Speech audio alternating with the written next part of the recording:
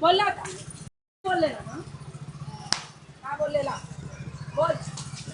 बरोबर आहे, बरोबर आहे.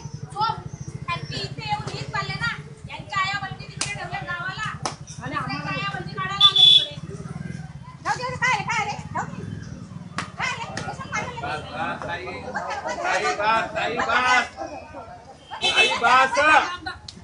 मारलं? तुझी बायको बहीण कुठे? गावाला आहे. मग इथे या आया म्हणजे रस्त्यावर सोडल्या? तुला रस्त्यावर सोडल्यात का इकडे? हा? त्याच्यानंतर लक्षात ठेव, समजलं का? इथं राहायचंय ना महाराष्ट्रात, आमच्या प्रमाणेच राहायचं. हे इथे येऊन दादागिरी करायचं ना. हा? जाऊ दे,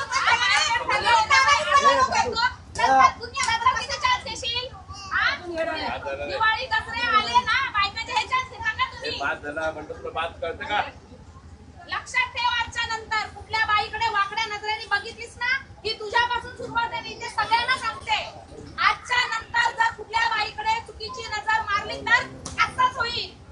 हे तुझ्यासाठी बाहेरून तुमच्या आणा बायका आया बहिणी तिकडे आणि इकडे मरवा. इकडे काय आया बहिणी रस्त्यावर नाही टाकले आम्ही.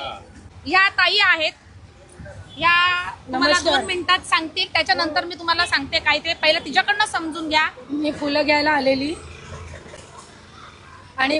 आलेली तर त्याचा 110 रुपयाचा झालेला, मी त्याला 100 दिला आणि मी ते दुसऱ्यांकडे गेली फुलं घ्यायला.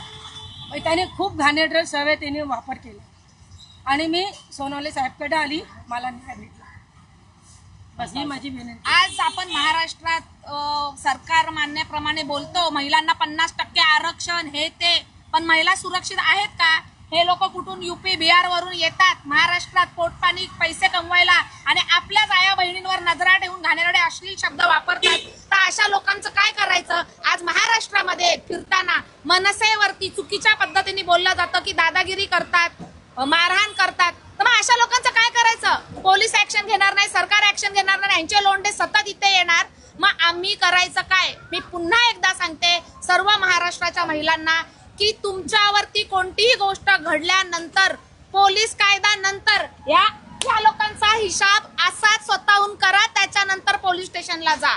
आणि मनसे जोपर्यंत आहे तर महाराष्ट्रातल्या आया बहिणी तशाच सुरक्षित आहे. सन्माननीय राजसाहेबांचा हा आदेश आणि त्यांचे संस्कार, अविनाश जाधव साहेबांचा आदेश, त्यांचे संस्कार कधीच आम्ही चुकीचं होऊ देणार नाही. आणि पावली जशी ही ताई पुढे येऊन आवाज उठवला तर तिला पण सलाम आहे, कारण प्रत्येक महिलेनी लाज जाईल, लोकांना काय कळेल, तर हे करताना का नाही ह्या असे तोंड समोर आणायची काही यांना हे नाही. आणि मला असं वाटतं सरकारने याच्यावर त्वरित ऍक्शन घ्या की जे येणारे लोंढे तुम्ही कुठून येता, काय येता, इथे त्यांचे आधार कार्ड काय आहे, ह्याच्यावर काही लक्ष दिलं जात नाही.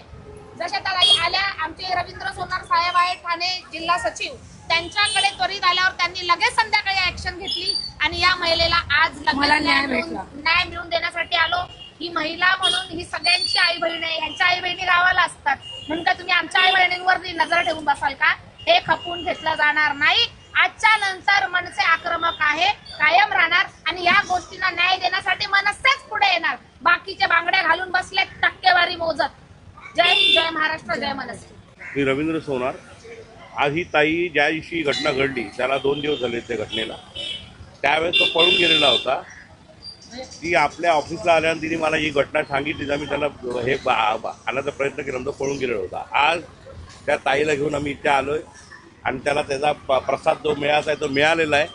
मला ह्याच्यावरनं एक सांगायचं आहे की ह्या फुल मार्केटमध्ये इतकी गर्दी असते की इथे अनेक जण 2-3 प्रकार आधी घडलेले होते की महिलांच्या बाबतीत, पण काही महिला समोर येत नाहीत सांगायला की ते घाबरतात. पण ही महिला समोर आली आणि त्यांनी आपल्या मनसेच्या ऑफिसला त्यांनी तक्रार केली आणि त्यामुळे मी आज ह्याला चांगला प्रसाद दिलेला आहे.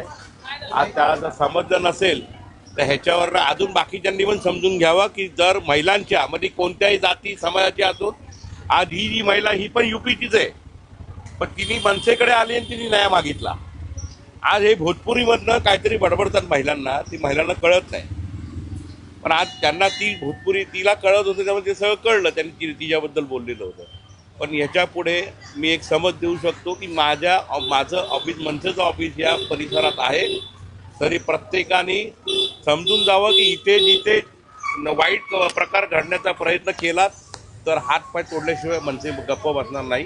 राजसाहेबांची आम्हाला ताकीदच आहे की जिथे अन्याय दिसेल तिकडे लात मारा आणि ह्याच्यापुढे हे प्रकार आमच्या इथे वाढणार नाहीत आणि होणार नाही याची दक्षता आम्ही मनसेवाले सगळे कार्यकर्ते घेऊ.